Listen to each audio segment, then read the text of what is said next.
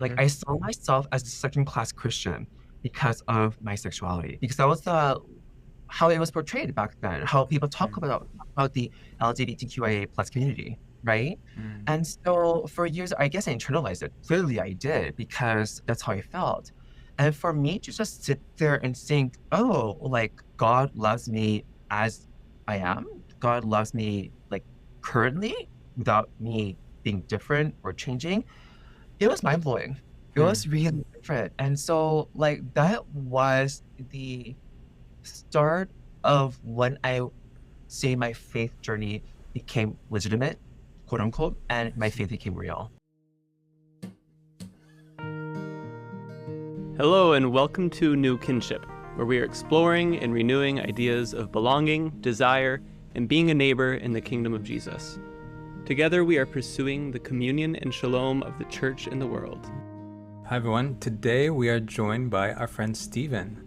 And Stephen is going to talk with us more about his experience being a sexual minority, as well as some of the life and maybe history around the B-sians. Now, for those of you who don't know, B-sians is the current sort of nickname or title or term for side B people who are of Asian and Pacific Islander descent. And I think Bajans are often people who are in North America. I don't know if people outside of North America use it, but they might. So, Yeah.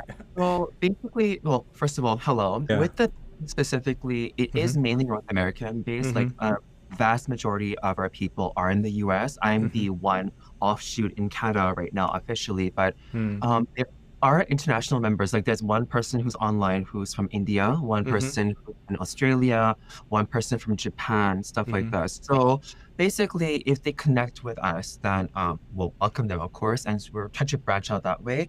But yeah, because of how we started and how we met, a vast majority of us are in the US. So Got it. yeah, Yeah, it's yeah. helpful.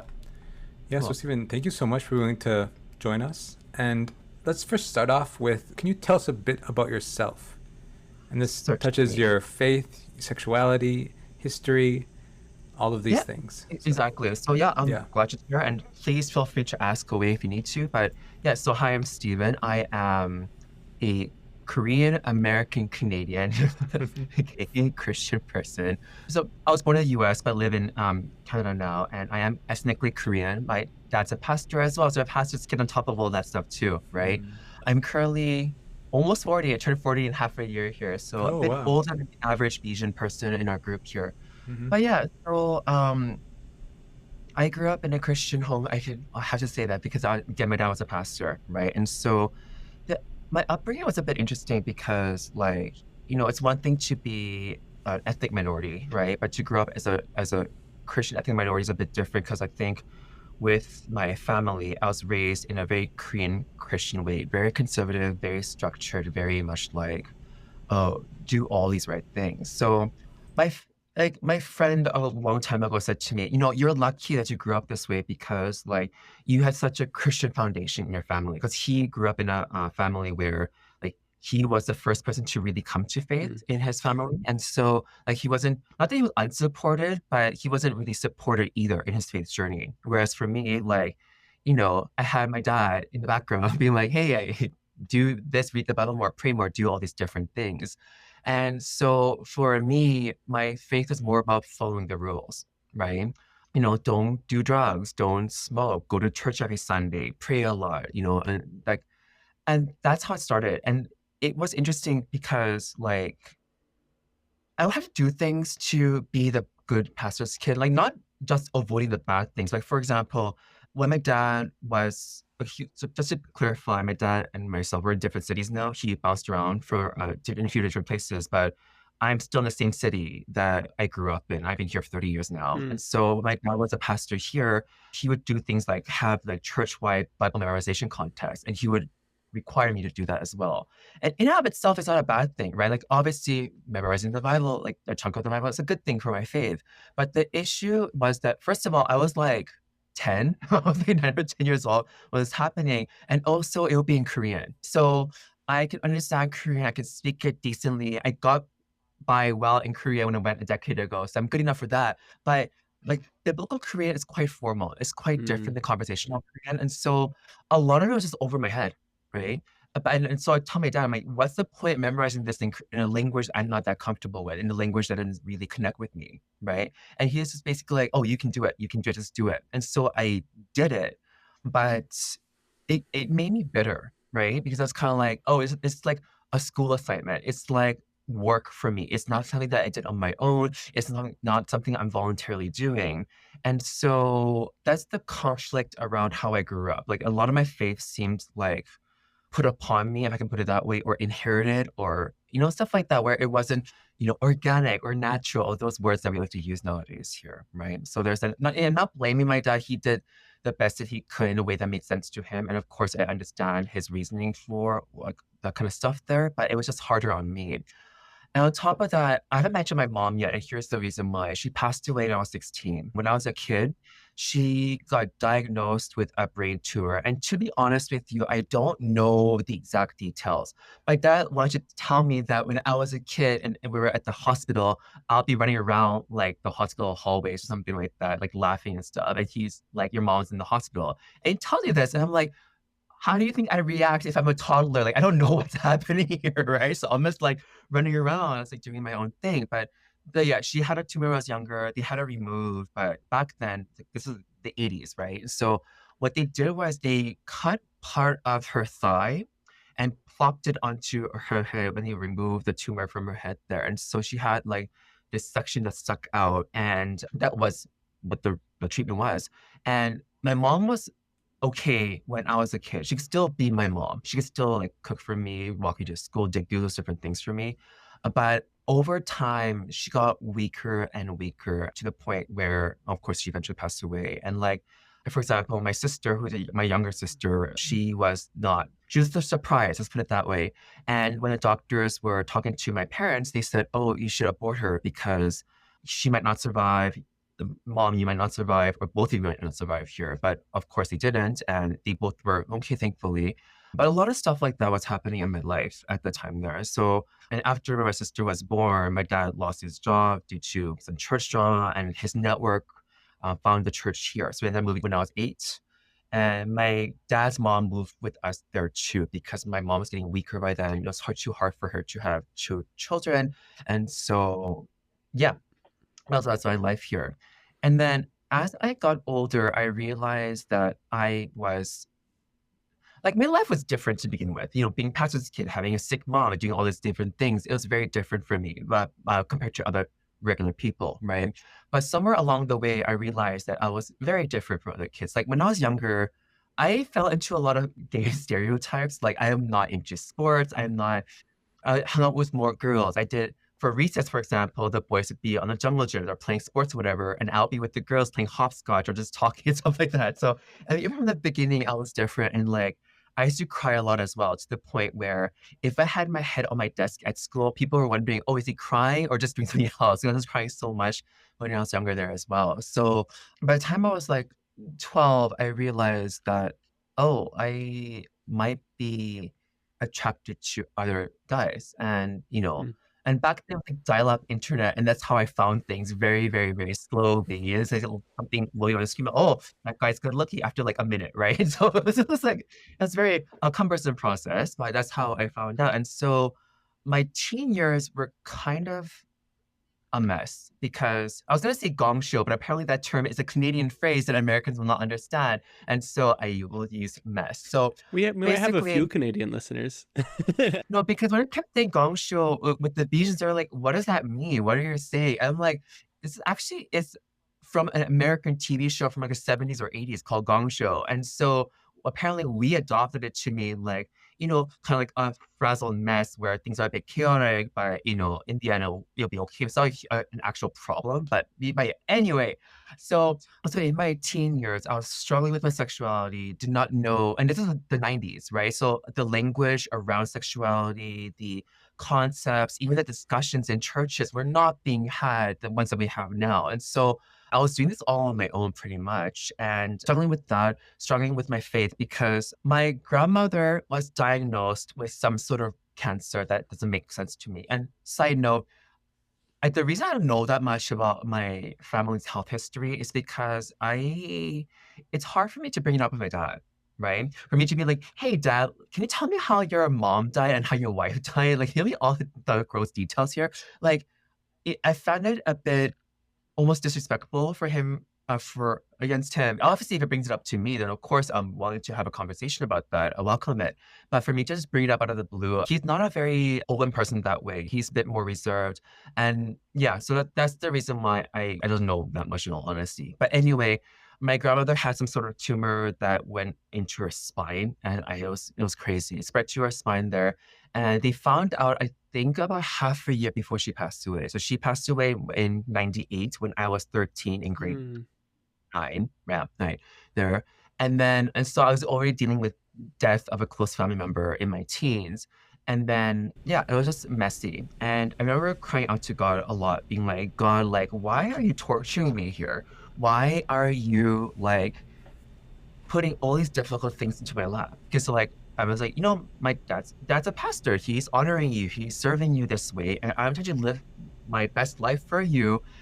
But why do you do this to me? And so Mm. my teens were a lot of just wrestling with how can I believe in a God that's ostensibly good and Mhm. loving, and all these different positive words, when all I see is chaos, is almost destruction, negativity in my life too, Mm. right?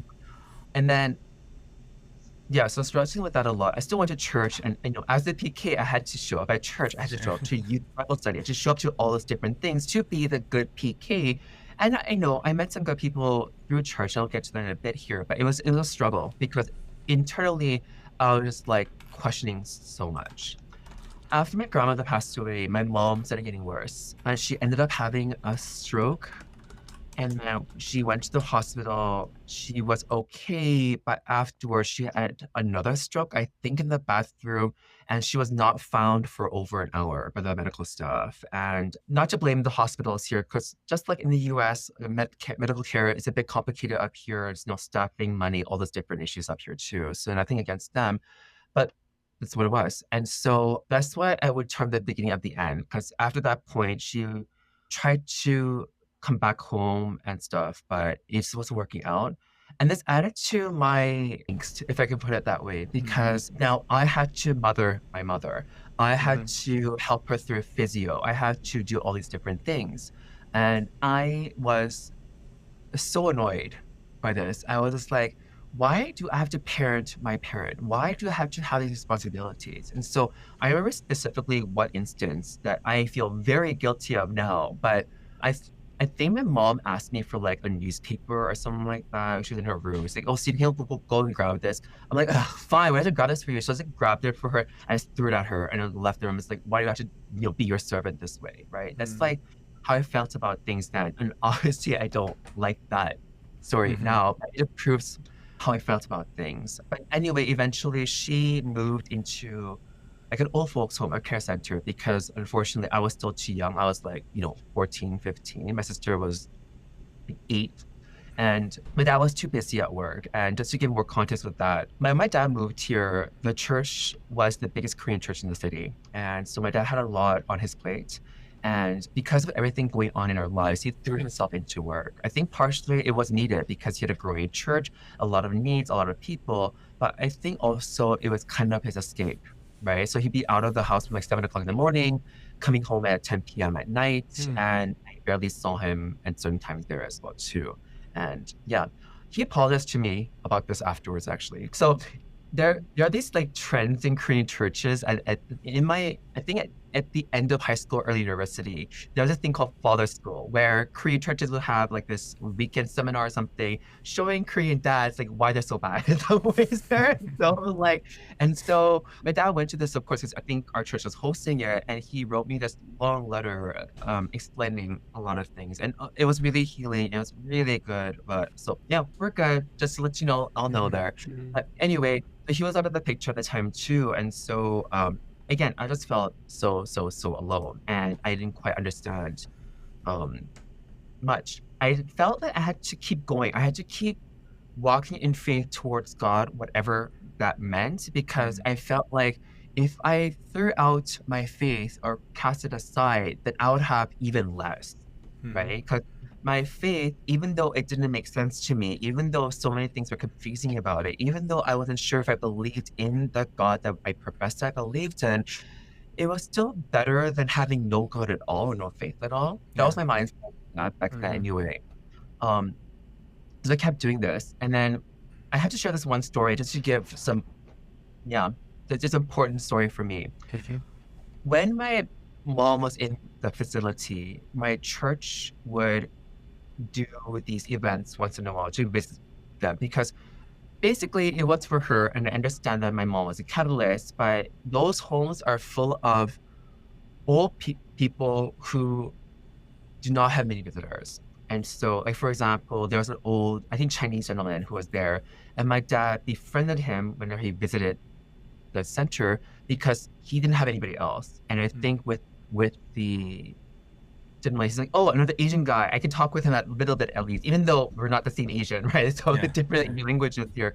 But I think it was just like, oh, someone who is similar looking enough to me, and they bonded. But yeah, these people were quite lonely, and a lot of times they had no visitors. And so like one Saturday, my church did this, and I really didn't want to go because every time I went, I was just reminded of death. I was reminded of like the end of life, and that's very morbid. I'm sorry, but it's true, right? Because it's like it's a home full of old people who are just, in some cases, waiting to pass away, right? And my mom, in her 40s, was part of this group. And I hated seeing my mom in the hospital bed, not really being able to talk, just like blinking and not really reacting to me. It was hard to see that. And so I didn't want to go. But then that day, I felt like, again, I'll be the bad son. I'll be the bad king if I did not show up to this church thing that was being done in part for my own mother. So I went, and they did like, I don't know what exactly they did. I don't really remember. They did some, I think, some song thing, and they did talk to people afterwards.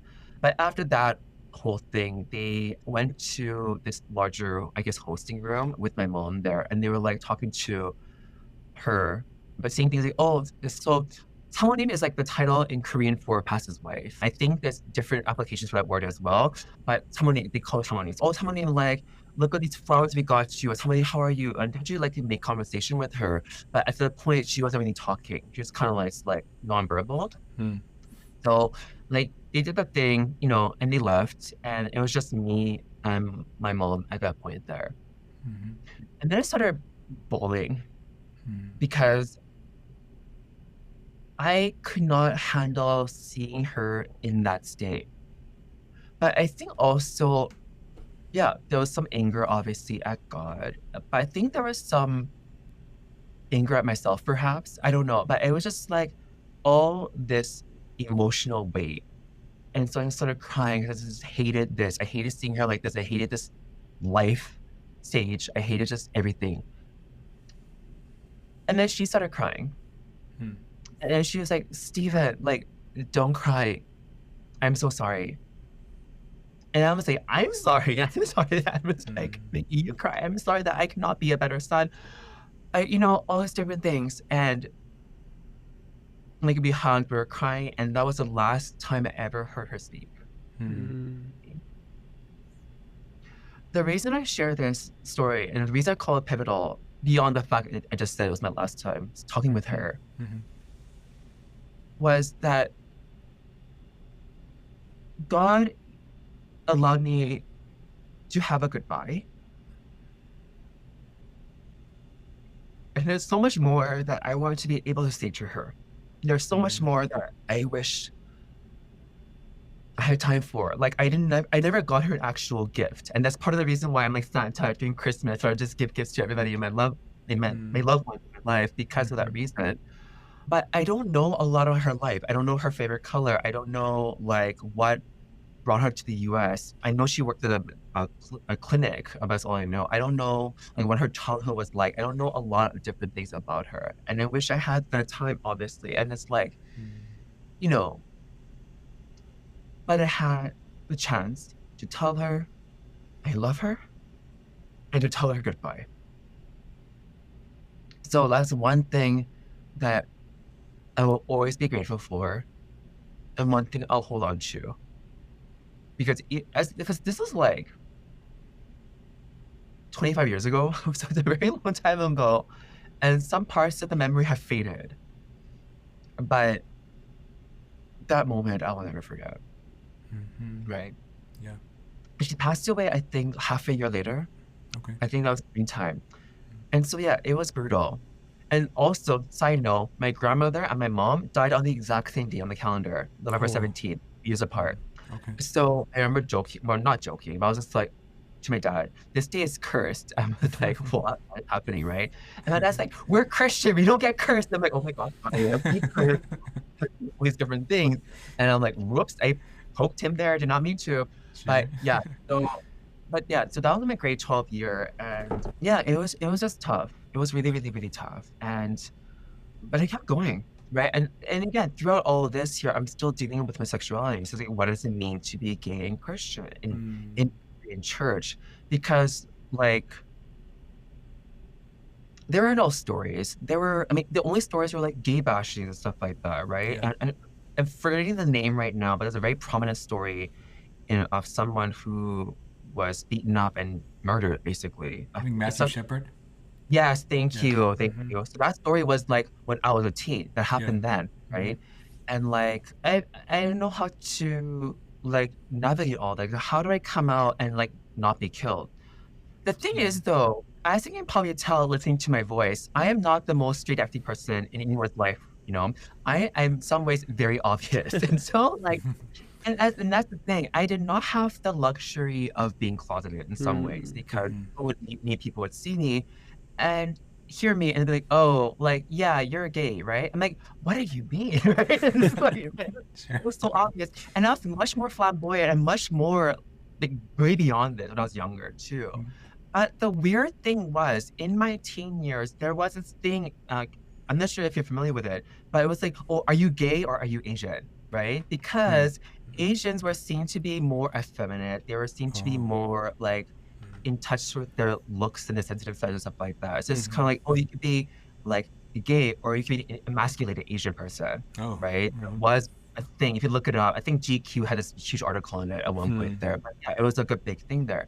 And so that was my way out sometimes. So I went to a Christian school my entire like life until university. Yeah. And so like my close friends knew and they knew fairly early, but I could explain it away by being the quirky, weird Asian person. It's like, oh, I'm not gay. I'm just Asian and Korean. So that led to people having fewer questions about me.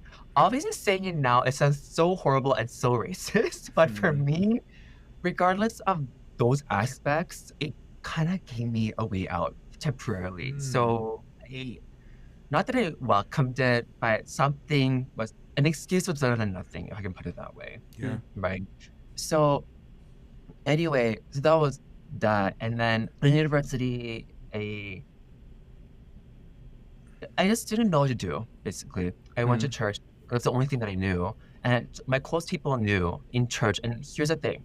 My church people were so, so good to me. And they still are. I have some close friends from that time period. So almost like, 25 or 30 years ago, that are still some of my closest friends to this day. Wow. And I am so blessed to have met them and have known them for this long here. And these people, they didn't know how to help me, to be honest with you. I will be very blunt. It was kind of like, oh, so you're gay and I'm not, and I have no idea how to help you, but I will love you, I'll befriend you, and I'll be beside you as much as I can. And all I could ask for, really, again, 20 plus years ago, things were quite different. So that's all I could ask them for, and they did that very, very, very well. And so I had the support of my church community. My school friends were good to me, although unfortunately I lost touch with a lot of them now. But I still felt so alone. And had you not met other gay people or queer people or whatever at this point that were Christian? No. So, like, and that's the thing. So I did go online a lot, so back then, the MSN Messenger, ICQ, all these different platforms that you guys may not know anything about. And then eventually, went on to like different chatting apps or, Tumblr and stuff like that. So I was able to connect with a few people who were gay and going to church. I think a lot of them don't go to church anymore. And so, unfortunately, but I was able to connect with some people outside of my immediate physical circle, but still to this day, I'm the only gay Asian Christian that I know of Oh, in the city. okay. I'm sure there are more. I've Sure. actually spoken at other churches about being gay and Asian and Christian. Mm-hmm. So I know there are more people, but I have not befriended anybody Mm-hmm. locally. Right? So yeah, that's the reason why I say I was alone, because it was just like all in my head. And I would talk to my friends about this, especially church friends, being like, how do I reconcile all this? And they're like, I don't know. Oh, yeah. And even my pastors didn't know either. So Mm-hmm. like for to this day, I believe this is the case for almost no, for all of my pastors that have pastored me. I was the first gay Christian they met, the Oh, first gay Christian part of the church. yeah. And so a lot of my life was explaining how I exist, Mm-hmm. why I'm here, right? I remember because I lived with my associate pastor at one point. Long story, won't get into that. But he and I were driving home one day, and we're just talking about deeper stuff, I guess. And he asked me, when you chose to be gay, I'm like, stop, you are not being covered saying this to my face. This is not a choice. If you Yeah. knew me when I was a kid, you would know that I grew up like this. This is Yeah. me. This is very Mm-hmm. much me. And so Mm-hmm. you don't use those words to say that I chose this, because this is never a choice for me, period. Mm-hmm. Right? Of course, there are certain things I can choose. I can choose to like how I express my sexuality. I can Yeah. choose like how I connect with it or disconnect from it, Mm-hmm. right? And Mm-hmm. stuff like that there. But in terms of the core nature of being physically sexually attracted to men, that was there. And Yeah. again, I lean heavily on the flamboyant side. So in our business group, we have jokingly like ranked like people who are like the most straight passing to people who are the least. Yeah. I'm definitely on the least side. This debate is the least, but I am definitely on that end of the spectrum. Yes. Yes. So, but yeah, again, this is me. So back to the story here though. So but university, there are a couple of key pivotal things that happened in my faith journey.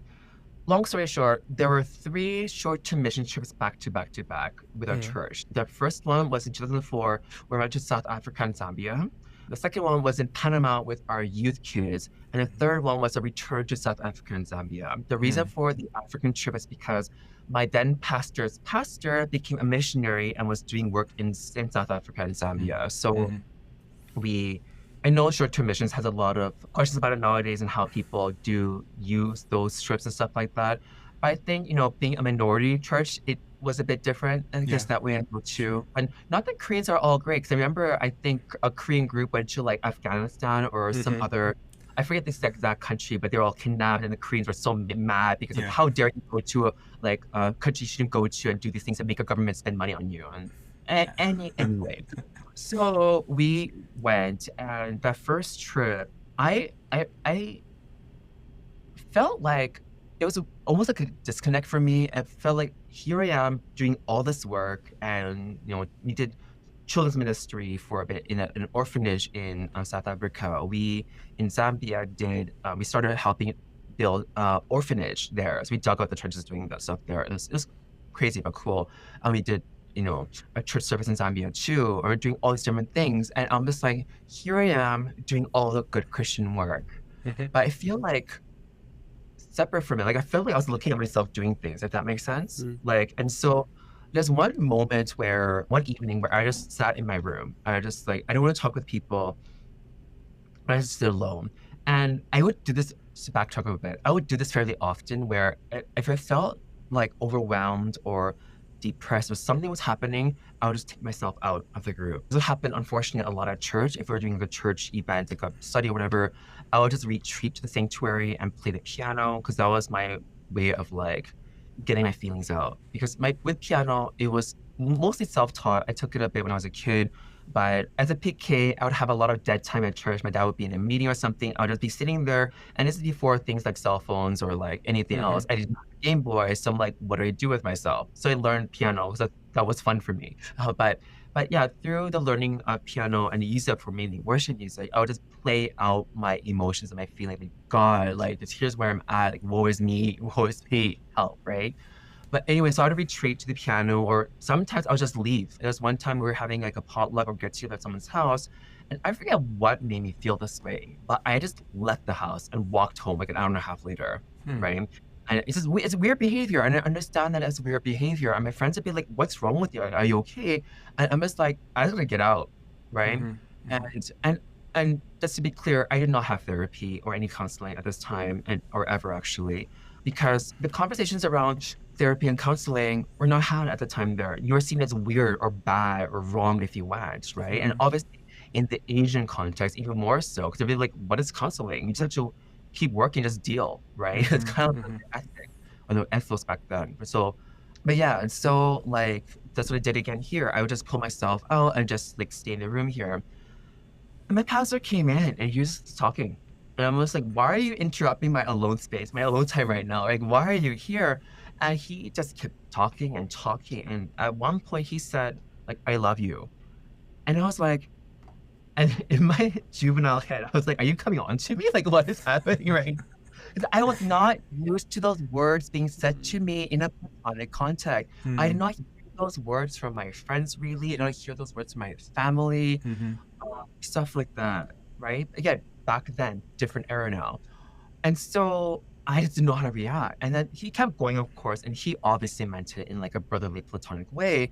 But that conversation, like, it hit me hard. I think because he started talking about like, you know, like, I love you, and so does God. Like, God loves you too, right? And I was like, God loves me? Question mark. Because I said earlier about how my faith was partially or mostly defined on performance, right? And so for really 2 decades, I felt like, oh, I have to like avoid being gay. I have to somehow become straight to honor God or to be wanted by God even. Like I saw myself as a second-class Christian because of my sexuality, because that was how it was portrayed back then, how people talk about the LGBTQIA plus community, right? And so for years, I guess I internalized it. Clearly I did, because that's how I felt. And for me to just sit there and think, oh, like God loves me as I am, God loves me like currently without me being different or changing, it was mind blowing. It was really different. And so like that was the start of when I say my faith journey became legitimate, quote unquote, and my faith became real. Because I think up to that point, I've had altar calls, I've had prayers, I've had all these different things. And I was even, I think, confirmed by then. I go to a Korean Presbyterian church, infant baptism, adult confirmation. That's how we do. So I was confirmed by, I think I was like 18, but so yeah, 19, 20 was when my faith became a lot more real. And then a couple of years afterwards, when we went to Africa, again, in South Africa and Zambia, it was a mostly different team, actually. So it was a lot of drama. Oh my gosh, oh, so much drama. Like, always 27 people in one group for like 3 weeks, drama, right? But anyway, that trip just really solidified things because I was still wrestling with my sexuality in terms of like how I understand it and how I deal with it with God and stuff like that. And then that same pastor again came to my room. I think though it was an open space, and so he just came to my bed or whatever. And he's like, why don't you come out to the group? I'm like, no. He's like, why don't you come out to my group? I'm like, no. He's like, why don't you? And I was wrestling with him. And in hindsight, perhaps that wasn't the best way he could have done things. In all honesty, I know the conversation would have been a lot more gentle and nuanced nowadays here. But basically, the reason he encouraged that was because, number one, he knew that it would be a safe enough space for me. And number two, like, okay, to be honest, 80% of the group knew already. So, and the other 20% probably could have guessed by now. And and I'm sure many people can understand this, but it's my story. I want to be able to tell my story on my own terms. Even if, sure, like things may be obvious. I may be really flamboyant. I may talk like this with the intonations and my hands and stuff like that there, but it's still my story. So I want to be able to tell it in my own terms, in my own time, in my own terms, stuff like that, right? But anyway, so this happened where he fought for an hour. I'm like, fine. And so he did it. And that was actually really healing for me too, because the entire group supported me. And again, most of the people knew regardless, but I felt supported, cared for, loved in that moment. And I'm like, if people can love me like this and care for me like this, then certainly God can too, right? And God does, right? So that was, yeah, so that's how my faith became real to me. And since then, and I admit this is a while ago, right? 18 years ago now. But since then, like, it's just been growing in this understanding of how do I honor God with my life and my story without seeing the need to change who I am in a sense, right? And there's a lot of ups and downs for me too. Like when I hit 30, I was like, oh no, I'm 30. I've never dated. I've never did any of these things. I want to feel loved. I want a romantic comedy to happen to me. True love, stuff like whatever, Disney.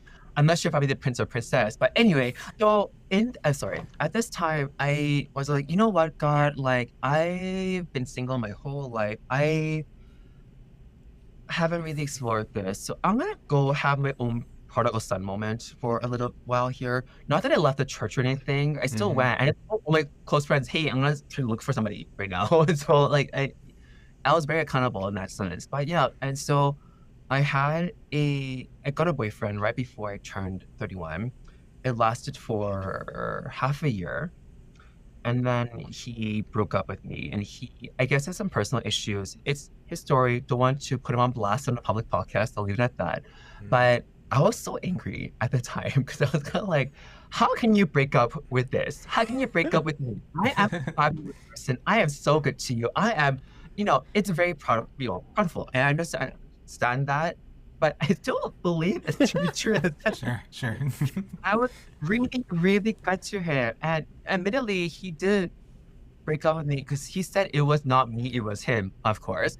But I was so mad. And here's the thing. I said earlier how I had some really, really good people in my life. I told my friends that I got dumped. It was on a random Tuesday or Wednesday. But one of my closest friends, she drove to my condo, picked me up. We went to a restaurant for drinks and food, and I was telling her everything and crying. I love her. But yeah, so I was dealing with all of this, and then I realized, Steven, wait, you don't need someone to complete you, right? Because that's the thing, right? When you watch a lot of and especially back then too, a lot of these stories where A meets B, goes through trauma, drama, tribulation, happily ever after, right? And I felt that I needed someone to be my partner so that I could be completed, right? After that phase, I realized that while it was wonderful having a partner, it was nice to have someone I could chat with daily, someone who can be a movie date partner or a restaurant night out partner or shopping partner or whatever. Like all those things were really, really, really nice to have. But being in a romantic relationship did not complete me.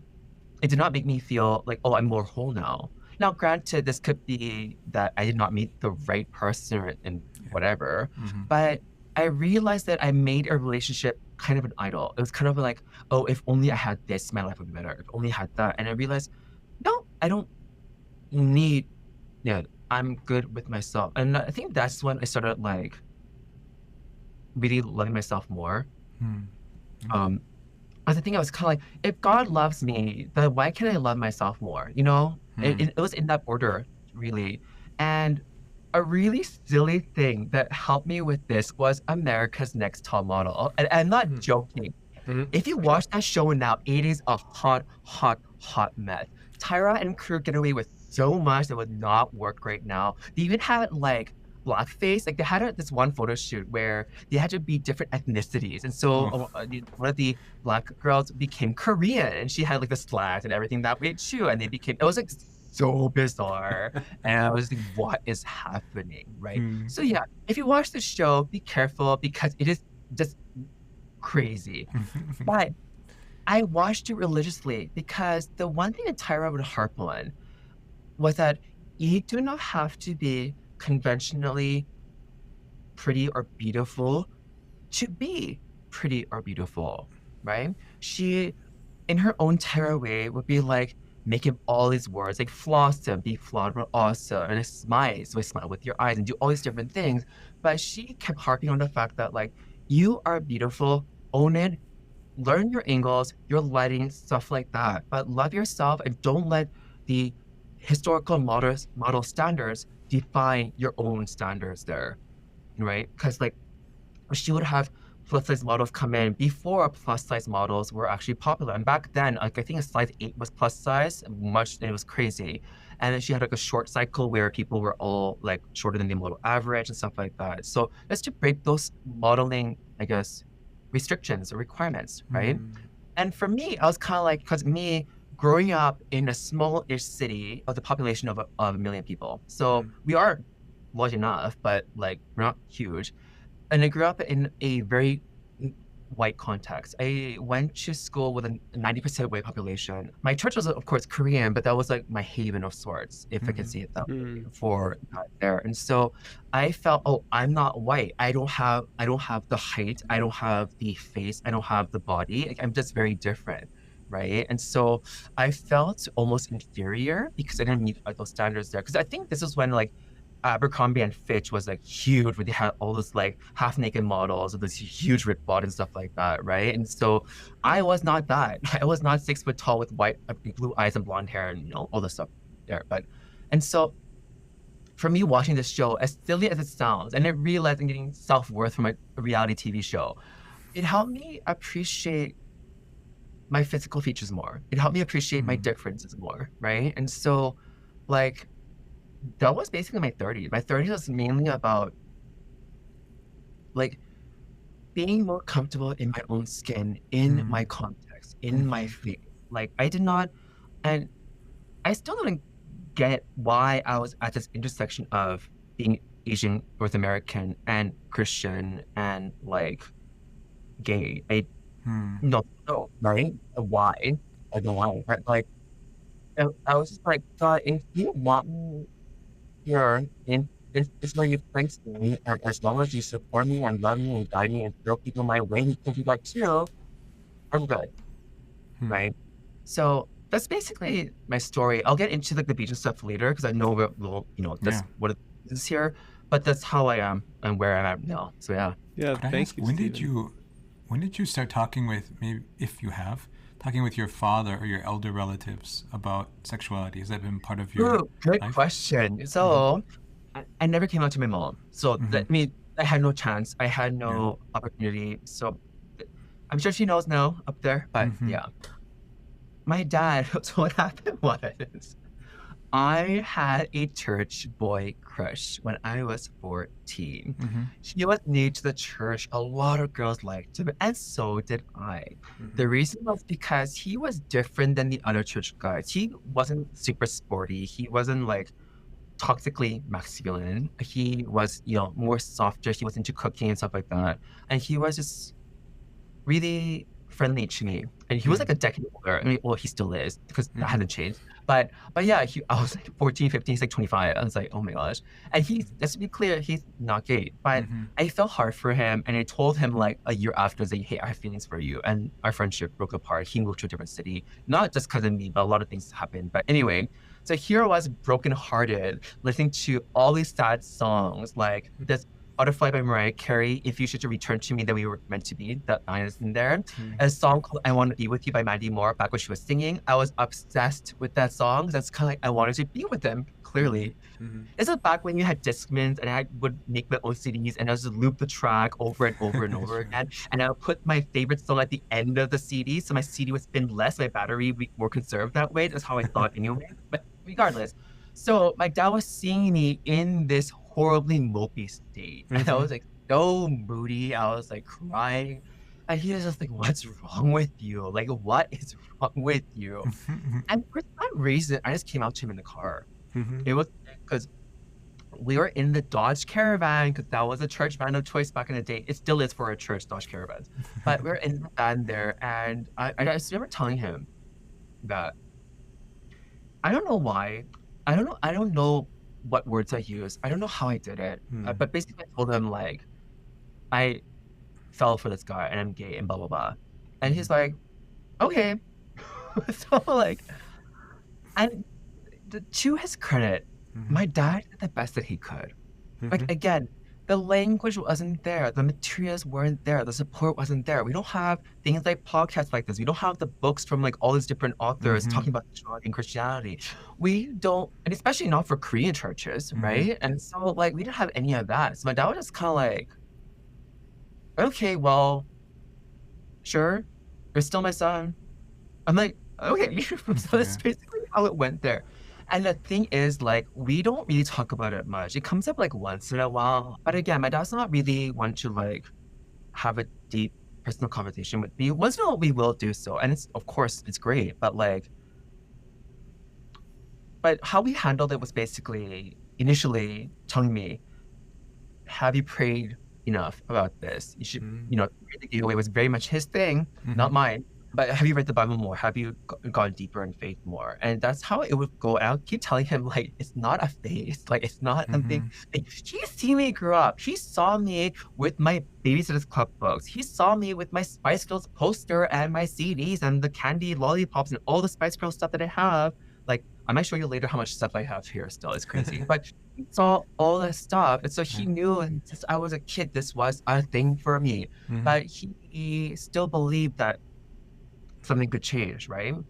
What happened was that I forget exactly when this was. It was sometime during my early 20s, I believe. But he was telling me about he went to one of his like pastor conferences for the Korean American Presbyterian Church of North America. I forget what it is, but that group there, right? So he goes and he told me that a pastor there came out that he would confess that even though he was married to a woman and Mhm. had kids and was living the typical pastor life, he was still struggling with same-sex attraction or whatever phrase he used in Korean. Mhm. And then I was telling me that he understood then that it was not a phase, that it could be a lifelong struggle. I was like, thank you for finally understanding this because it's a key point for me. But Mhm. yeah, so since then, he's been like quietly supportive, if I put it that way. Like he just wants me to make sure I'm walking down my faith path. I'm Mhm. walking with Christ on the path that he has laid out. And that's all that well, not all that he cares about, but I think that he really hammers. And I Mhm. appreciate that, because it's like a default accountability person. And as my Yeah. dad, I have to listen to him. But the funny thing is, I told you earlier about how my faith felt forced upon me and stuff like that. An unfortunate byproduct of this is my relationship with the Bible. Because when I was younger, the Bible was seen like a textbook to me, right? Something I was Mhm. forced to read or forced to memorize. Unfortunately, I still see it like that, although it's much better than it used to be. But a Mhm. few years ago, my dad was like, I saw me see my family every Christmas because they're in a different province now. And so one Christmas, my dad was like, hey, children, next year read the whole Bible. And Mhm. I flipped. I don't know why I flipped. My sister was like, "Why are you so mad?" I'm like, I just got so mad, saying like, "How dare you impose your faith standards upon me? My faith is my faith, and I'll do what I want with it, and I want it to be read the Bible on my own terms and blah blah blah blah blah."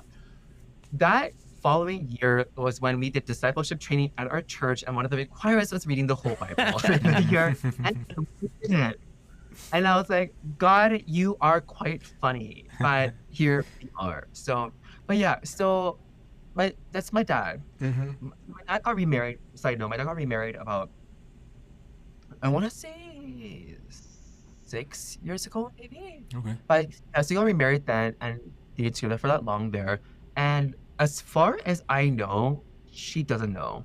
Okay. She might know now because before in the earlier years when you go visit them, she would ask me like, "Oh, Steven, like, do you have a girlfriend?" I'm like, "Oh, God hasn't sent me anyone yet." Ha ha ha ha. Yeah. And she'd be like, "Oh," and making small talk and saying all these things. "Oh, you're getting older. You should find someone." Blah blah blah.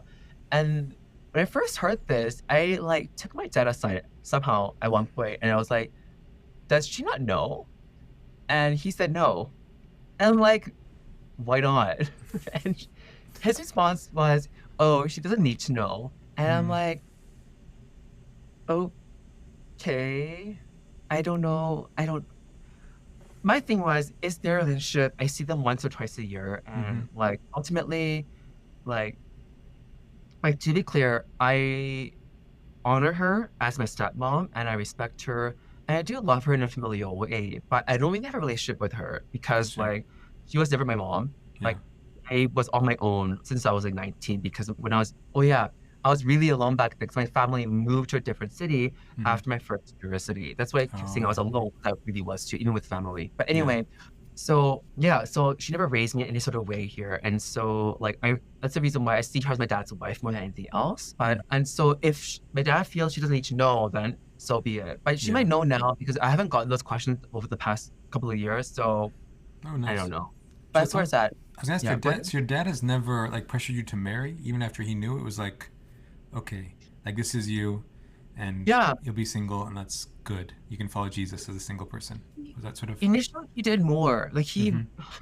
the thing is, my dad was an only child, like which is very Okay. atypical, actually. Mm-hmm. If you look at other Asian families and Korean families of their generation, Mm-hmm. like my friend's parents, I think they had like 10 different siblings or something like Oh that yeah. here. Like Mm-hmm. a lot of my friends' parents' families have huge families, sprawling aunts and uncles and cousins, stuff like that Yeah. here. Like that was an only child. I have cousins on my mom's side that I rarely see because they're actually all in Korea.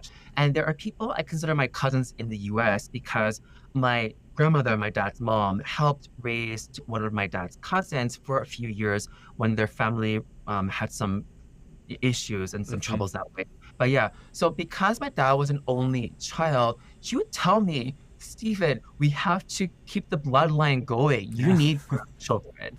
And I'm like, yeah, get that up through my sister because I know it's not gonna happen, right?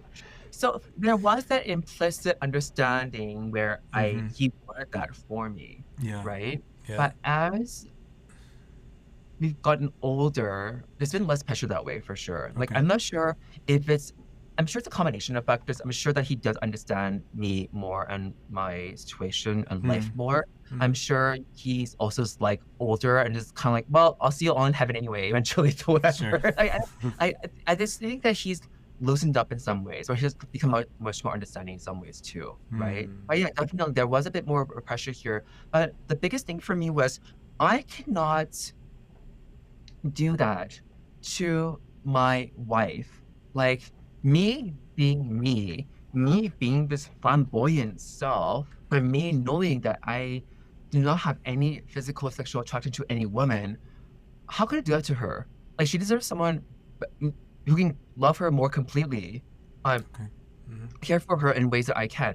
Like I'm sure I'll be able to understand her more, maybe being more sympathetic, empathetic, emotionally, or whatever, just Mm-hmm. be able to connect with her in ways that a straight guy could not.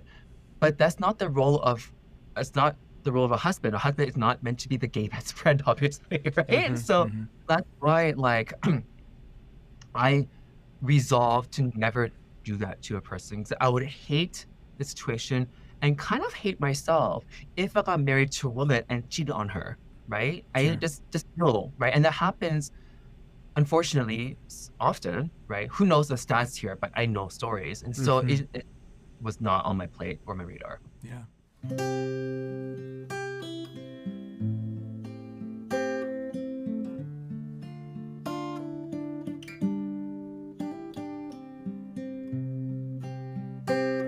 I'm also curious, with these years, why have you remained like side B in or kind of have this traditional ethic? Because it sounded like you never, from your story, it sounded like you never really departed precisely, even though you had that like, exploration time in your early 30s. But it sounded like you Yeah. still had that kind of ethic that was kind of undergirding your life. So, For me, it's actually kind of simple. I know there's a lot of people who go through the theological aspects and stuff like that, and mm-hmm. all power to them, but it's great that they do that wrestling and do that teaching and stuff like that. Mm-hmm. For me, it was simply I was raised in a very conservative Christian context. The Korean Presbyterian Church is not the PCA. PCA, sorry. I must say, what's the initials there? It's not a PCA. It's very conservative, very culturally conservative as well. Mm-hmm. And I was raised in a context where the Bible should be treated as literally as possible. Not like super, super literally, Yeah. but as literally as possible. And for me, to put it simply, I'm like, if God had these verses in the Bible from Leviticus or all those other things there. And if it's his word, and if it's God breathed, and there's a reason for that to be there, right? If God's a powerful God, then God would not let his word be mistranslated by men, even though humans are prone to stuff like that. His word is his word. Therefore, if I'm keeping this framework of my religion or my faith, I cannot selectively exclude or ignore certain passages, right? Okay. So that's one main reason. And just to be clear, I was side B before I even knew the names and the groups here. Tita, you're absolutely right. I kind of just like ended up in the side B position without knowing it. Yeah. The other thing was I say this half jokingly to people. I'm just like, if I meet the man of my dreams, like for example, there's one K-pop star named Minho from SHINee, who I think is beautiful, and I'm like, if he walked into my life with his millions of dollars from being a K-pop star for a decade, and he wants to marry me, if he says he's Christian, then God is a sign, right? So if something like that happened to me, then sure, it's a God thing, apparently. But I think that otherwise, if I were to date and try to find a life partner, and just specifically for myself, it would open up a can of worms that I'm not sure if I want to deal with. Okay. Right? Yeah. And wrestling with this with my family, for example, how much would it hurt my dad? How much would it hurt my stepmom? Like, my dad has gone through so much hurt and trauma in his life. I, as his firstborn and son, do not wish to put more upon him, intentionally or directly, right? And this is specifically a me thing. I know that different people have different relationships with their parents, and I totally understand it may be unhealthy, maybe, unfortunate, difficult, whatever. And of course, this is specifically a me thing, but my conviction is I do not want to do that to my father while he is still alive. Okay. When he eventually passes, will things change for me? Most likely not, but that I will admit that factor wouldn't matter anymore, right? Yeah. But there is that there for sure. I'm curious also then, so obviously you were side B before the term you knew the term, but how did you connect to this eventual side B movement, which did develop? Maybe a little bit later. That's fun. Yeah. So for years, I felt alone, so alone, because I'm just like, I do not have others around me walking with me in this journey, like specifically on the same path, right? Yeah. I think what happened was I was on Twitter. I will keep calling it Twitter. I will not call it X. I'll call it Twitter. And then I found certain people, like President Spinkle. I know that he's divisive, but he helped for me. And also, why am I blanking out on names right now? Who wrote Washington Waiting? Wesley Hill. Yes, yeah, I followed him as well too. And then I found some other people through there where they talked about just being, being Christian, and also Revoice as well. So I found a lot of people through there that followed. After the pandemic, of course it affected all of us, right? It was brutal in so many ways. And for me, it was weird because I work as a legal assistant for a law office that does real estate in the area. And during the pandemic, law offices were considered critical work. You know what I mean, right? So it's considered critical. So we kept open. We stayed open, and I went to work, and like I still was able to connect with my boss and my coworkers, who was also a good friend of mine here. And so I wasn't alone in that sense. It was still weird. And then with church, a lot of people left. That first year, my pastor was like, you know what? I'm not being supported here. I'm going to go elsewhere. One of the key leaders of the group left as well because he felt the same thing. And a lot of people just left. And so it was down to me and like 3-4 other people just doing service at the time. And so like I felt more alone with church. And of course, with my close friends, I still met them here and there, but it was still a lonely period for a lot of us here, right?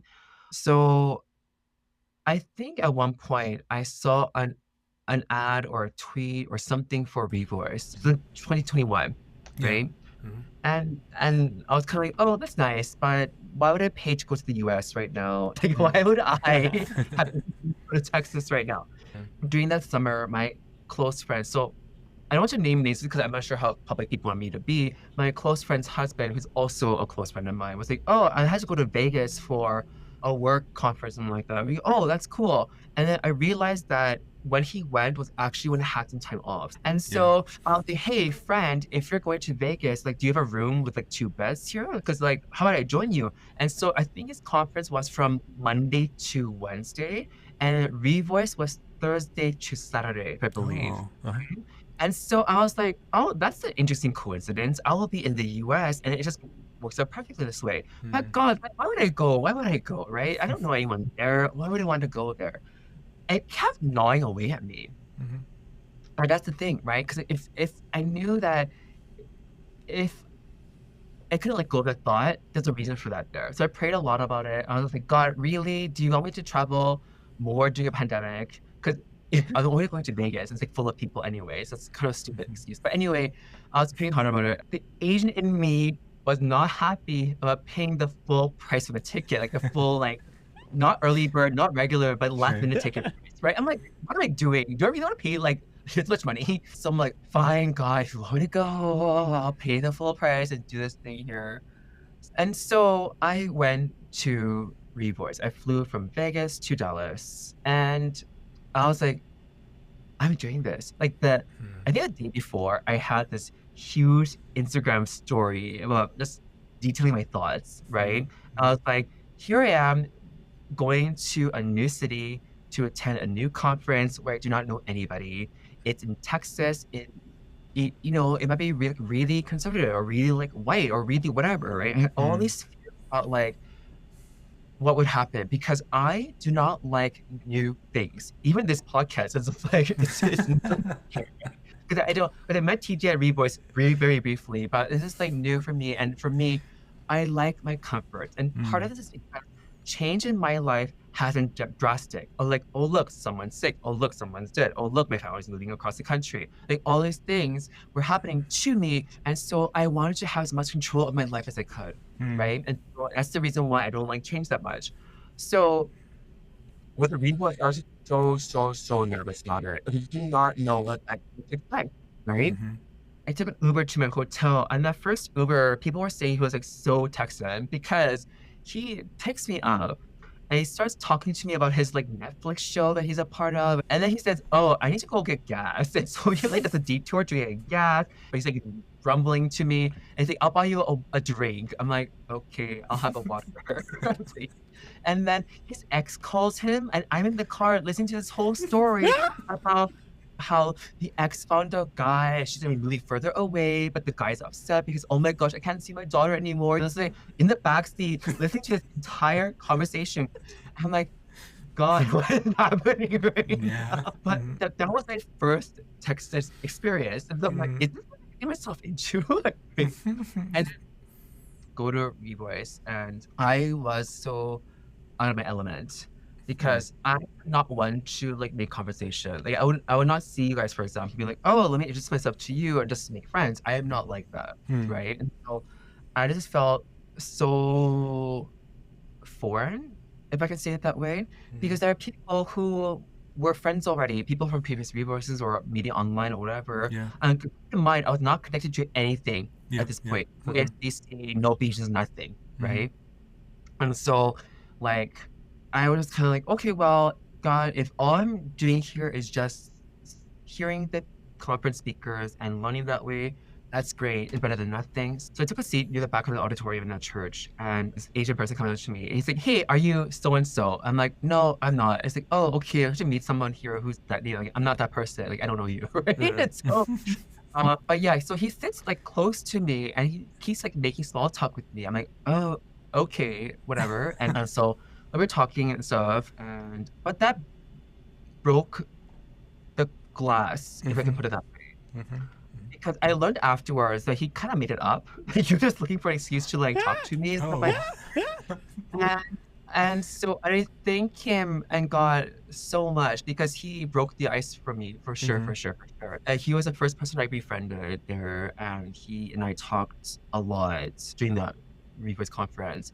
But yeah, so that happened. And then after the first session, I was talking with him, and this other person like literally fall into me. He tripped on his way out and literally fell into me. But that's how I got to know him.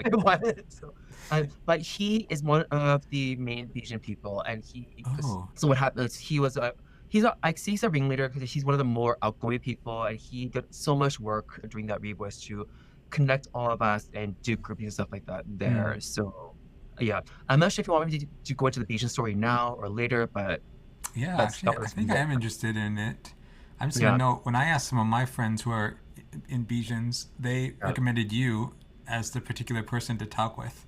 So I assume at some point you became a Bijan leader. But first, can you just talk more about who are the Bijans Yeah. and maybe the history of the Bijans, and then you can talk So about your experience? Yeah. definitely. So first of all, I'm not sure why I became the point person, but I get why, Uh but huh. I think there are other people who are more, I don't know, better equipped, more eloquent. I don't know. But anyway, You're the so the one. So I know, right? yeah, Me. yeah. But Asians are the side B Asian group. And Mm-hmm. to be clear, there was I think, an Asian group that existed before 2021. Mm-hmm. But what happened during Revoice 21 was that, like, we all just showed up. It was Mm. really, really, like, bizarre and totally unexpected because, yes, there are people that were at Revoice before and they were repeat attendees. Because I know one member who's been there the entire time. Shout out to Raylo, because he's public. I'm sure he won't mind me saying that, but he's been there the entire time there. He was doing things beforehand. Mm. But in 21, I showed up from Canada. There's people who came on their own from LA, from Boston, from all these places. Mm-hmm. And we all were just like, oh my gosh, like, you're here and I'm here. Like, we exist. Like, we're not alone. And so it was just this, like, the game Katamari Damacy, where it's a video game where you play, I forget what the concept, like the story is, but basically you roll this ball around and you just keep collecting things. So things stick to the ball bigger and bigger and bigger and bigger until you're like absorbing buildings and people and cars and stuff like that. Mm-hmm. That's how we felt. We're just like rolling around concrete, collecting all the Asian people that we thought. And obviously, if they want to join us, of course, we're not Yeah. gonna be like, you're in, you must come with us or else. It's We're just, rolling you in. you just didn't connecting with us. We're here. We're doing this boba bubble tea run. We're doing this karaoke night. We're doing this. We're doing that. And so that's what happened. We just ended Mhm. up like talking and sharing our stories and how we ended up here. Because there's so many of us, it was our first time there. It was so crazy to us that we just connected this way. And what happened was we met at the end of the conference that evening. We met at a local person's house, and bless his heart, he was just so wonderful. But anyway, he led a discussion, a debrief of sorts for Revoice this year. And we went around just like sharing our stories and sharing where we were at in terms of our faith walk and our sexuality struggles. I hate that word, but you know what I mean. Yeah. And it was crazy. We just were sharing and sharing until like, I think 1 or 2 o'clock in the morning. And then we all had to get back to our hotels or where we were staying. So we were driving, but then we had a car convo for 2 more hours. And I'm not sure if you guys had these, but when I was younger, especially in like high school, university, we would always have like these deep discussions in the car with whoever was driving. Because back then, not everyone had cars, right? Because we were too young or whatever. And so we would just talk and talk to the point where our windows would fog up and we would just be parked in someone's house, stuff like that here. That happened. Wow. This round too. I'm like, wow, throwback. I've had this in college. This is crazy, right? But so we're talking about so much stuff, and like the one thing was, how do we make this not a one-time thing? How do we keep this going and not just like a conference high or whatever, Yeah. right?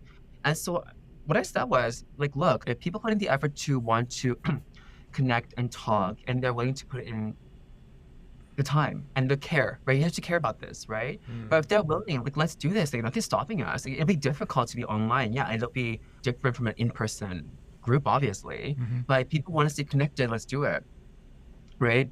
And so we made this big group chat, and what's the beginning actually? So that fall, we had like people flying all across the country. There are people going to Vegas, because a lot of people were going there. We had people going to New York, LA. LA has become the B-sian hotspot because a large chunk of our group members are there, and it's easy to get to. I had direct flights there, right? So it's a good thing. But yeah, so we met up and did a lot of stuff together. And then we were like, we should have a retreat. So in February of the following year, so in 22, we had our first B-sian retreat in Phoenix. So about 12 of us went, and I think we all realized this, but I'll speak for myself. I realized then that for sure, this is just not a one-time thing, that we were going to keep this going however long it went, because that retreat was just so wonderful. And it made me realize how important and how valuable and how beautiful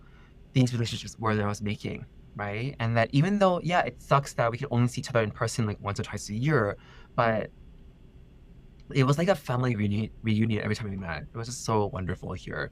And so that's how it started. And so every Revoice, we try to get together in some form or fashion here. And we do different group things. Like next year, I'm doing a big birthday thing to turn 40. And I hope to invite like most of the B-sians and a lot of people. But yeah, back to the B-sians there. But it's just interesting because like we are somewhat different people. Like just because we're all Asian does not mean we all think the same. We all like have the same experience and stuff like that. Because even politically, we are a bit ranged, if I put it that way. There are people who are really left, we have people who are actually a bit more right, and it's very interesting that way. Not that we talk about politics that often or do debate about that life, but it does come up once in a while. Sure. And we, of course, have different upbringings. We have, it is majority Chinese. I think we're Chinese here. We have a couple of Koreans, a couple of mixed ethnicity people as well, and some Southeast Asians and stuff too, right? So we have Vietnamese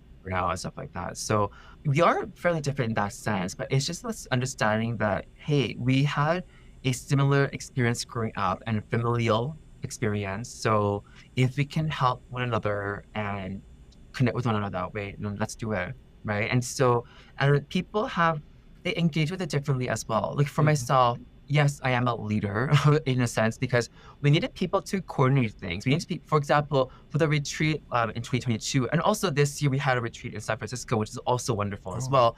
We need people to coordinate like the Airbnb. We need people to coordinate the schedule. What are you doing? And like who's flying in? Because we're all from across the continents. Like right now, I'm the most northern person. The most person I believe is Dallas or is Atlanta? No, we have Florida too, actually. We have Florida as well. Furthest east is Boston. Furthest west is Hawaii, actually. So we're all over the continents here. So we basically have a group of people who are willing to take on the logistics, right? And that group has been there since the 21 conference there. And so that's why I am a leader in that sense there. But also have the most free time. Like getting older is interesting because like, in my 20s, it's very much, I want to see all my friends and make plans and do this. And now I'm just like, I just want to stay home and just rest and not do anything here. But also because a lot of my friends are married with young kids right now. It's really hard for me to, make spare time to go out for dinner or for lunch. I know, of course, they want to see me. And I don't take things personally at all. But just the life stage for a lot of my friends right now, right? And so that's why it's happened to have time here. So, but yeah, like with the B-sians too, like this year was a bit different because at previous Revoices, like a majority of the B-sians got together. We had our own Airbnb where most of us stayed at. We had pre-voice, so we would meet up together. So in 22, we did Austin for a few days before doing Dallas afterwards there.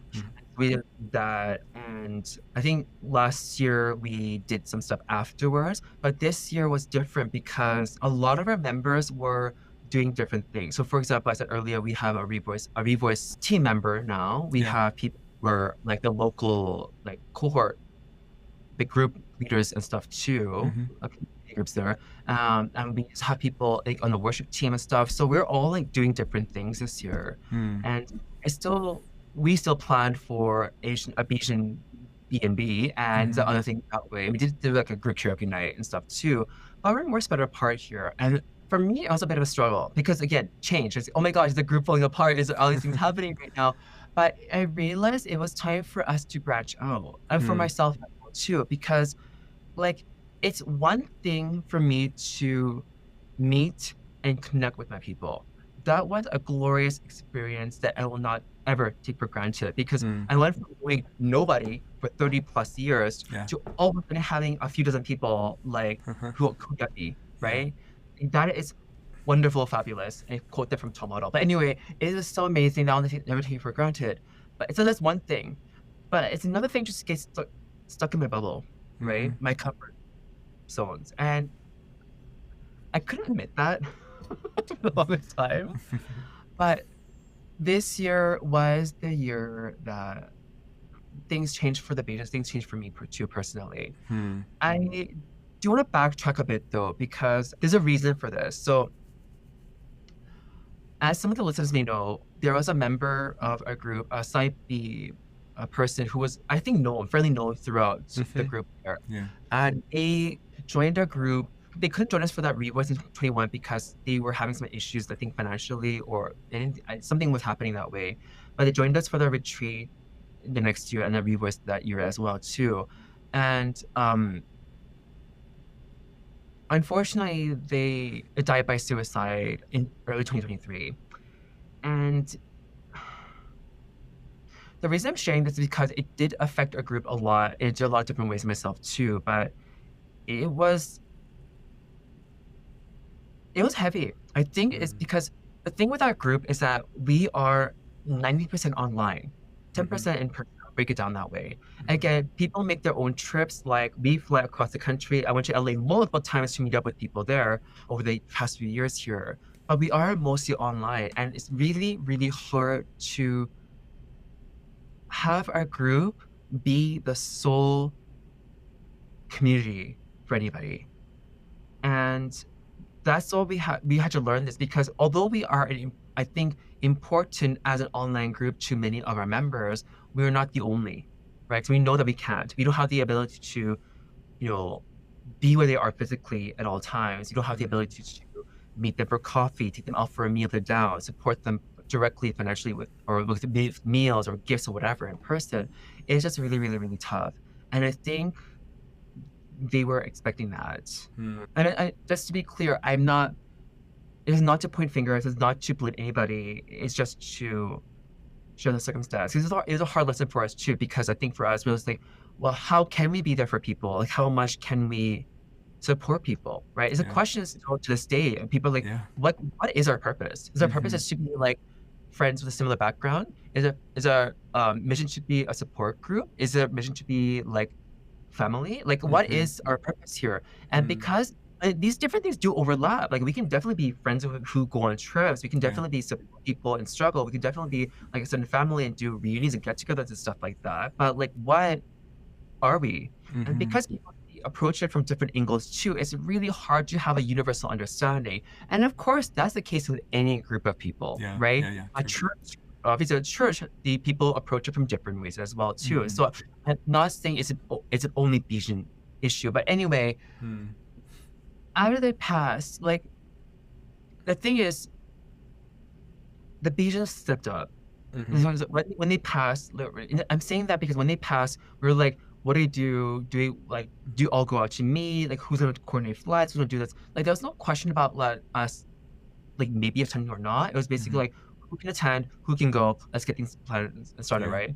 I couldn't go. So, because unfortunately, it's really hard for me to take off work on short notice, especially to go to that small city. I would have to do 2 or 3 flights and all this time here. It's very difficult. So I told them, let me do what I can from home. I'll help you however I can from home. So please just let me know. So with that there.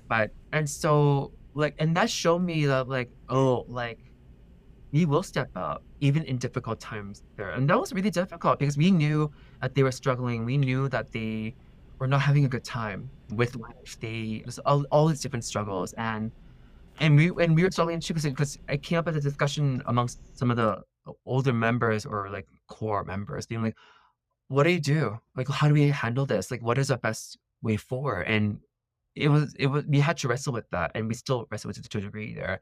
But the one thing I do appreciate was that people did step up. And like, for example, one of the wishes, they had a note, I'll leave it at that, but one of their wishes was to have people at their funeral have bubble tea.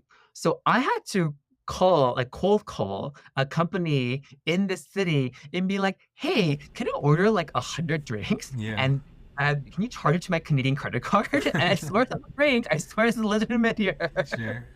And they were wonderful. They're like, yeah, like, what do you need? And yeah, they went above and beyond. And so, like, we do the best that we can for our people, but unfortunately, it'll never be everything to everybody. And so, Yeah. and it's something that we just have to, I guess, grow into and just keep checking ourselves, right? Like, how can we best support our people, right? And so, the reason I'm sharing this beyond that is also because it affected how Revoice went last year as well. And I don't want to get into that because it all worked out and we are all in good terms, obviously still go to Revoice and stuff like that. But long story short, I realized last year that I had to be able to connect with more people because people didn't know about the beaches much and they still kind of don't. Like, for example, this year, a new member joined us and he found out about us through y'all, through your other brothers, and he could not find us at all. So he didn't know how to connect with us. He didn't know how to join our group. He didn't know how to meet anybody. And that's when I was like, oh gosh, like I gotta do some stuff here. And that's the thing, right? Because I said earlier, I like to be more in the background. I like to be not known, but that will not help us if we're trying to be known to people, to be able to help people and to befriend people, to connect with people, right? So after last year, I was kind of like, okay, God, I guess I'll branch out. I guess I meet people who are not Asian. So, like, and this may seem weird. Like, why does this guy keep talking about like race and ethnicity? It's because of how comfortable I am. Because being the only Asian when I was growing up, I had to explain my Asianness to people, right? And then like, and granted, it's a bit different now. Now we have K-pop and K-dramas. Now we have like, BTS being like, oh my gosh, so handsome. And we have Korean food. And Koreans are sexy. Korean culture is sexy, right? It's like, it was so hot, right? And so it's a bit better now. But before, they're like, what are you eating? Or what is this food? Like, what is this kimchi you have here, right? And so, like, oh, what's your middle name? Oh, it's so funny, haha, because the middle name is a Korean name. So I did not want to put myself in a situation where I had to constantly explain my existence to people, Like, for example, at one point I was church hopping here and there. Not church hopping, my church, long story short, my home church, the English group was not being supported. We split off into our own church. That group folded after about 8 or 9 years. And so I was looking for a new church to go to. So I went to a multicultural church. And that Sunday was the gay sermons. Love the sin, hate the sinner sermon. I was like, oh no, this is a bad time for me to be here. And to be fair, like the sermon was not anything I disagree with in principle or theologically, right? The main thing was I do not want to be the token person. I do not want to be explaining how to befriend a gay Christian to other people. I don't want to be the experiment, right? And so, and especially in a multicultural church, I now have to explain my Asianness and my sexuality and say, here's how I am Asian. Here's how I am gay. Like, I no, it's not, it shouldn't be my burden. And so since then, I've been more cautious about entering into spaces where I might not be comfortable. I see. Right? I see. And so, but then God was challenging me, say, these are all like other LGBTQIA Christians. Like, you should be okay. Like, I'm not going to send you to like stranger danger or anything like that, right? But I struggle with it. The funny thing was, so this year, the first Side B person to meet me was not a Asian. It was actually Bill Henson. Yeah, for sponsorship. And I'm going to say his name because he's a wonderful person. And he and I connected this spring here because he's coming up here for one of his training session things. And I was like, how'd you end up in this city? For all cities to come to, I ended up here. I ended up here and we connected, and it was a wonderful time together. And God was like, see, people, outside people aren't bad. They can be really wonderful people. I'm like, okay, God, you made your point. But I still didn't know, because that was more like he was in my city and we messaged, right? Yeah. Whereas for Revoice, it's not like, there's a session where here's how you meet new people. It's just like, hundreds of people roaming. So it's like, how do you do this, right? So I for the first few days, I was holding back and seeing with the B-sians. And to be clear, there was still new people I was meeting because there were new B-sian members and stuff, right? And so that was also wonderful. But on the Friday there, I was meeting lunch with people in our group. I I look to the doors. I see this guy just sitting there, and I'm like, okay, he's sitting there, cool. And for whatever reason, I was walking towards the door. I take steps back Mm-hmm. and pivot and go towards him. And I'm like, hey, are you okay? Like, are you have to go in there? I don't know what came over me because I would never really do that. I would never ever do that in general. But yeah, we talked for 2 straight hours, just like Wow. sharing life and stuff like that. Yeah. And we went to the same session, breakout session afterwards, and we got connected really quickly. It was just so funny because I was so close to being like in our group chat. Like, I made a white friend, but then I think people take that in a really wrong way that way. And Yeah. it's just it's like, if you didn't know my content, you'd be like, "What the heck are you on? Like, why are you saying this?" Right? So I'm just like, I won't say that, but I did tell my close friends like who knew my story and what I was challenged by it. Just told them that there too. And I was like, okay, God, again, you're funny.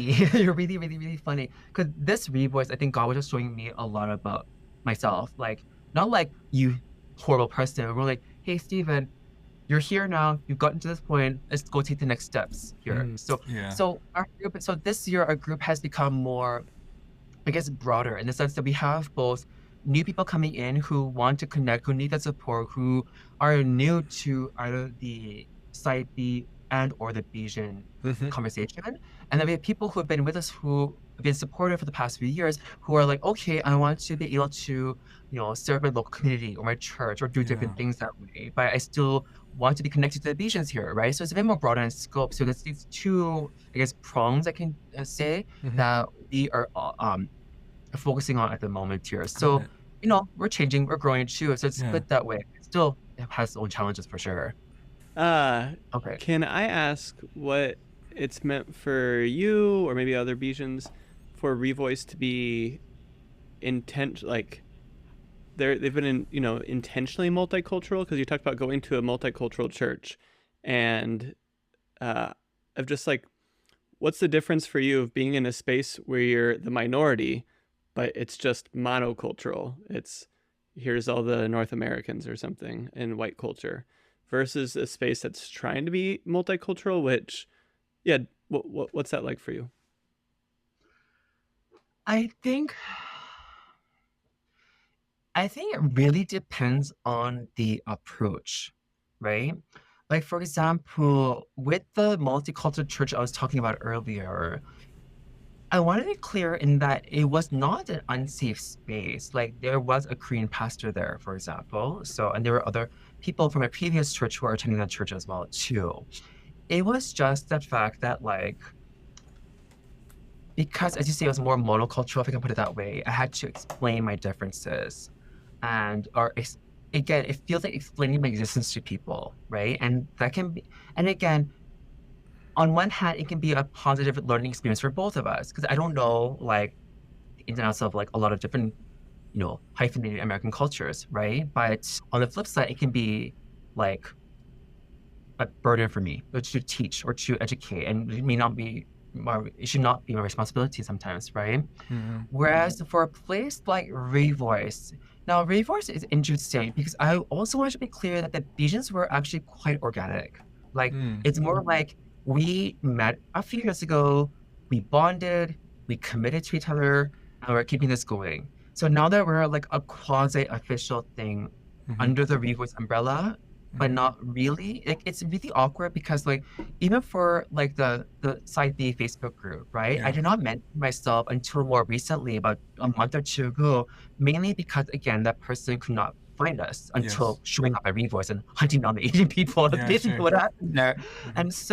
And so I'm like, okay, I just not make myself visible. But then also I'm like, am I stepping on people's toes? Is it weird that we're like announcing ourselves even though we're not officially part of ASBC or the Revoice officially? We Mm-hmm. certainly have their support. Like the people at Revoice are very good to us and we're connected to them. And again, we have a member as part of the ministry team there now too, Mm-hmm. right? And so it's just like, I don't it's just it's learning for all of us, right? Mm-hmm. But the thing with Revoice is that we can have our space. We have the affinity groups, right? And so we had like AAPI, and I think that group was, I forget how it was this year. It was AAPI, and also I think it was basically the non-white group. That's really Yeah. what happened there.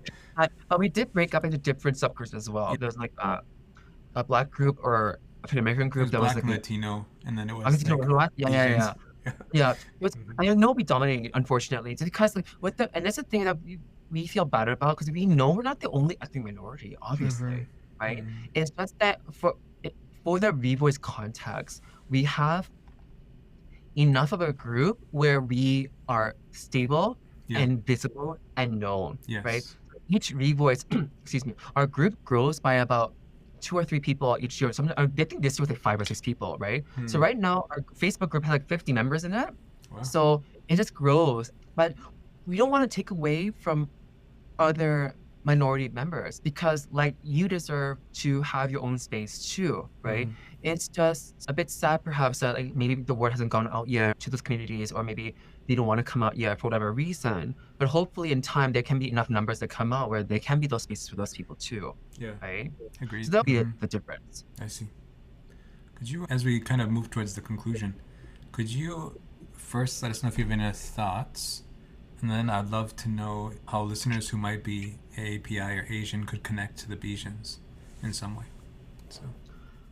Well, first of all, I appreciate being able to talk with you guys about this. Mhm. This is interesting because like first I say we the word no, and here I am doing a podcast now, right? It's kind of funny that way. But I just think that my main thing is in my life, God has been with me throughout, right? Mm. My mom's sickness and passing, with my sexuality thing, Mhm. struggle, whatever. Like God has been with me. And yes, like a part of me wishes I met the Bajans and the Saipan people in general earlier in my life because I met them when I was 36. Yeah. Like really, right? Mhm. That's kind of old. But the fact that I have the people now is just such a blessing. Mm. And if anyone here is questioning Revoice or questioning if you should go out and connect or nervous about attending, like it's just beautiful what the Revoice people have done. And also beautiful are the side B people, right? I find that again, we're all different people, different histories, different walks of life, whatever. But the people I've been able to talk with and connect with have been so loving and so gracious and so understanding. And every time I take a step outside of my bubble, right, I never regret it at all. Like coming to Revoice the first time, oh my goodness, like God, like thank you so much, right? And like even connecting with you guys, right? Even though David just met you today, like it's just like Yeah. being able to like talk like this it is nice and it's beautiful that we have this space together here. So thank Mm. you for allowing me the opportunity that way for sure. But yeah, I Thank just you. want to encourage people to take those steps if you have to. The beaches specifically, unfortunately, we don't have an actual like public page or website or social media account or anything like that Mhm. because a lot of our group is for a variety of reasons private with the stories. It could Yeah. be for employment reasons, it could be for family reasons, it could be a combination of things here. I am the most open and I welcome people to connect with me on Mhm. my socials here. I'm sure you guys will Yeah, figure we out can links share with it. them. Yeah, no problem. Exactly. Yeah. The Twitter is my most public one because that's like, yeah, except that. And Facebook and Instagram, I'll share those too if you want to connect with me more directly. But yeah, that's how you connect with me. And once you connect with me, I can certainly connect to the group and others at large there. So yeah. Great. Yeah, thank you so much. We really appreciate having you on. We hope you're the first of many Besians who will be on into the future. So it's That's been great to have you. And awesome. yeah, Thank you. may God bless you in your life, especially as you kind of keep moving forward in the particular vocation you have as being Korean American, Canadian, Christian, gay, all of these different parts of your life. So yeah. Likewise. Thank you so much. Yeah, thank you. Thank you, everyone. Bye.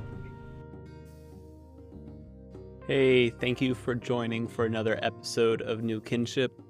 We would always appreciate any feedback. Feel free to reach out to us. You can find us on Instagram. We publish our episodes as well as some writings on Substack. But we're also on all your favorite podcast apps. If you've already liked and subscribed but want to support the podcast more, we have a small Patreon crew who is really valuable to us, both in their feedback and their generous monthly support in amounts ranging just from $1 to $25, which helps make this work possible. This is a labor of love, and we would love to have you join the patron crew.